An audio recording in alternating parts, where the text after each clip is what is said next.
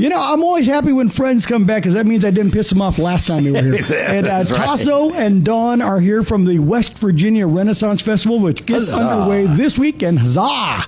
And welcome back, guys. Good to have you in. Thanks very much for having us. It's my pleasure. Now, I want to mention it kicks off this Saturday. Now, Lola and I have gone the past 2 years, and to say you get transported into another time is kind of an understatement. And it's kind of surprising because, people say, oh, you get transported into but you really do. Yeah, a lot of people come in costumes. Yeah. It has a following, and there are people from around the country that go to Renaissance Festival. There's over 100. And so they spend time and they spend money and they buy their own costume and they become this different persona. And then you walk into this little village and you become someone else for a day. It's incredible. Now I will tell you this. This is kind of a personal thing. Last year we took our daughter Belle, and she dressed as a fairy. How old is she? She's 13. Oh, perfect. And she dressed as a fairy, and we bought her some clear marbles, and so she was handing out raindrops to some of the characters. Every single person, the other fairies and some of the characters, everybody said, "Well, I've got something for you," and they had little trinkets and things like that. Great. And it was, it made her day, which of course made our day. It was a wonderful time. I still, though, I'm going to tell you right now, if you're listening and you're going to go, get there early if you want a Scotch egg, because those things sell out fast. Right. Now, 2 years now, I still haven't gotten one, but I'm going to get one this year. That's Dawn's own recipe. Is that your recipe? I do keep working at them, and then they call me and they say, we're out of eggs, and I have to run back into the kitchen and start wrapping eggs and sausage again. That's fantastic. And again, that's just one thing. There's the food. You can get modern food if you want, but if you want to get a Scotch egg or a Mediterranean plate, things like that, you just got to watch out for the chickens. They are vicious. Let's talk about the chickens. They're roaming the ground. They are omnipresent. They keep the place clean. As they did during the Renaissance. In a village, that's right. Yeah. So for people who aren't familiar with the Renaissance Festival, this is your 6th year? Correct. Okay, 6th year. And tell them what they can expect. Gosh, it's like the state fair, if you've been to one of those, in costume with a theme. So it's a medieval theme. And we have a king and a queen in a court, and they're all in costume. And there's a scenario, there's a storyline that you can follow. Someone, I think this year, has been kidnapped or something. Oh, really? He disappeared, some prince. And the princess wants to get married. And so there are knights jousting to vie for her hand in marriage. So you see a lot of action. I don't know how many stages. We just built a new one, maybe 8 stages now. Okay. We have musicians roaming and on stage all day long. So it's 11 o'clock in the morning until 8 o'clock at night. One ticket buys you the entire day. And you can stay all day if you want. You can stay all day. Yeah. Right. And there's music, and there's food, and there's dancing, and there's magic shows, and there's birds of prey, and there's jousting, as I said, and there's other acts that just keep you entertained. And you can just move around our 5, 6, 7 acres in the woods, out and into the field, and there's stuff to do all day. Do some shopping? Kids of all ages. Yep, you can shop. Oh, yeah. We have artisans making handmade goods. Who are some of our artisans this year? Crafters? We have a lot of new artisans this year. We have some old favorites. We have a blacksmith who's demonstrating, a glassblower who's demonstrating. We have some local vendors coming in who have not done Renaissance festivals before, so I'm excited to see how they do with pottery and jewelry. And we have somebody who's making handmade Venetian masks this year. Oh, cool. Yeah. I know Lola last year bought a staff.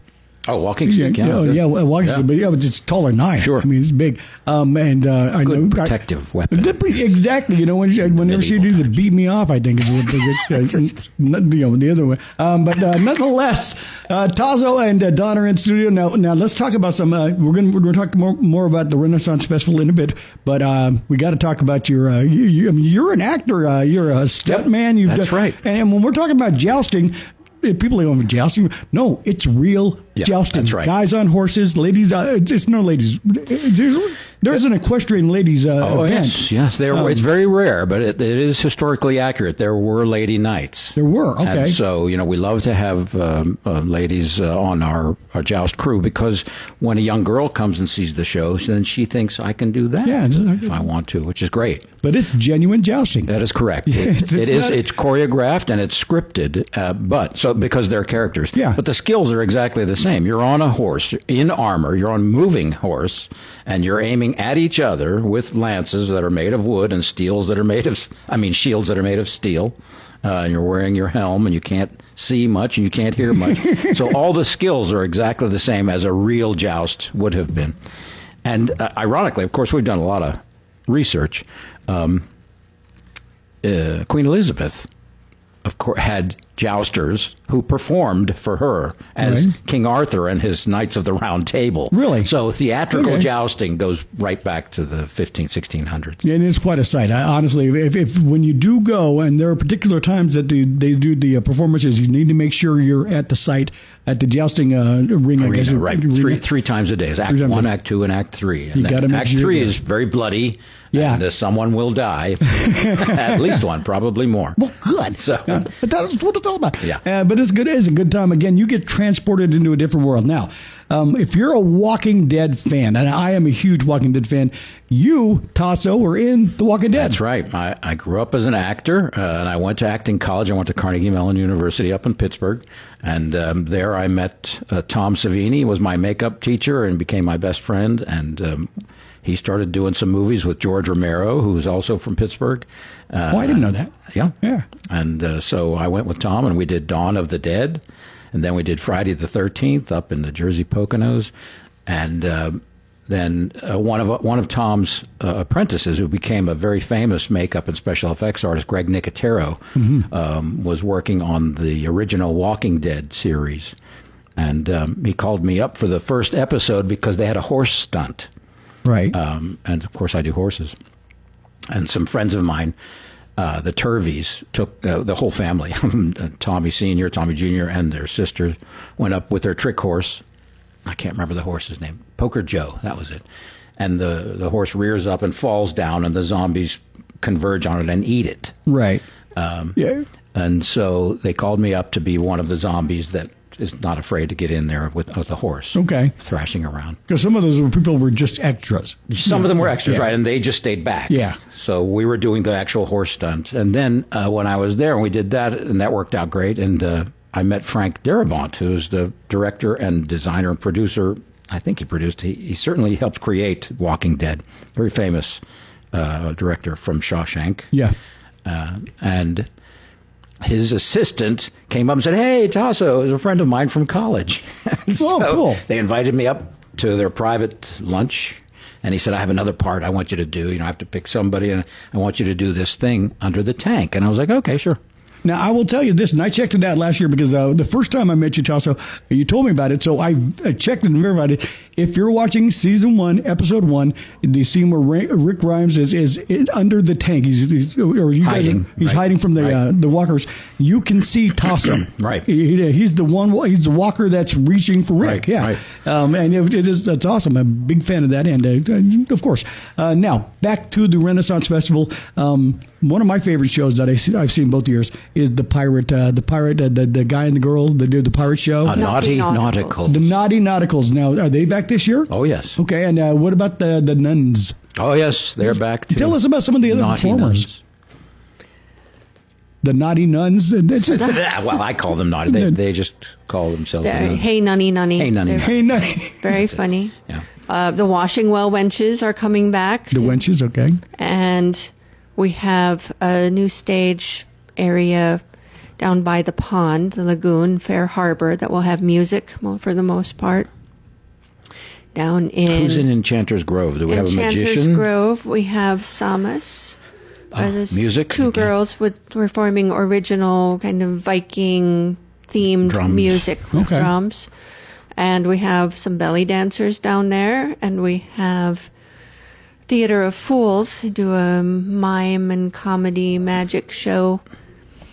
And we have Onius the Mage up at the Cloisters. The Mage, okay. And Birds of Prey. We have a Birds of Prey. We're a brand new stage for the birds. Okay. And that's more like a lecture demo. Okay. And so plenty of entertainment, also plenty of food. Let's talk about the food. Oh, my gosh, the food. Where do you start, really? Where do you start? Yeah, I don't know how many kitchens and pubs we have now. Go ahead with your menu. Sixpence Pizzas coming in this year. Makes his own wood-fired pizza. He brings in these huge ovens that he's made on trailers. And we have a wide variety of international foods at our main kitchen. Turkey legs are always big favorite. Oh, yeah. Had one of those last year, too. Right. Swift Level Meats is a local provider. They have fine meats, and they come out and grill, so they have something special every day on their wood fire. Yeah. And now, something I've only seen at the Renaissance Festival is a frozen cheesecake on a stick, chocolate dipped. And that's delicious. Yes. But I've never Especially seen on it. the hot days. I've never seen we try it. to have things that people can walk around and carry and eat As they would have. Back in the day. Right. Yeah. while you're strolling. Again, I'm talking to Taso and Dawn from the West Virginia Renaissance Festival. Gets underway this weekend. It's Saturdays and Sundays through June. Now, what are the theme weekends we've got? What are we kicking off with? We're kicking off with Celtic. Yes. Is that right? Celtic weekend. We always thought this was the perfect place to have a Renaissance festival because there is a Celtic heritage here, and it looks like it looks like we're in Scotland or Wales here. Yeah. Oh, yeah. As opposed to festivals we've been at in Arizona that they try to put in the desert. So, Yeah, kind of. The rattlesnakes are gonna. What's the second weekend, Barbarian or Pirates? second weekend is Pirates. So this first weekend we have a special where veterans, active military, and first responders get in free if they show up at the ticket booth with their proof of identity or whatever it is. So that's this opening weekend. Okay. And then second weekend, if you can prove you're a pirate, then we'll call the authorities. All right. It's the Pirates weekend, and we have a family package special. So it's Father's Day weekend. So good deal. It's family of 4 for $38. That's right. Wow, that's and not the bad. special is you can just leave the kids there, and That's they'll find work. Yeah, we'll give them a job there. That's right. Now and then beyond that, you have as you said, Barbarians weekend. Is it Viking Barbarians? Vikings Valhalla this year. Vikings Valhalla, Third okay. weekend. Which is when we try and bring in all the West Virginia craft brewers. And cool. let people compare tastes from there's different tastings, breweries. right? Wine and beer and cider. Everyone And is our having tastings. final weekend this year is Time Travelers Weekend. That's new, isn't it? We've been toying with it on and off something. Normally we have a Grecian Roman Bacchanalia. This year we had so many Doctor Who fans really asking us for some kind of a TARDIS thing. Now Lola's going to be a big fan. She's a huge fan, so Lola will love that. Again, it gets underway this weekend. West Virginia Renaissance Festival. Tickets available at the gate, or can they get them online? Yep, you can either way. And what's the website? wvrenfest.com. wvrenfest.com. Guys, always good to see you. Thanks for having us, Rick. It's my pleasure.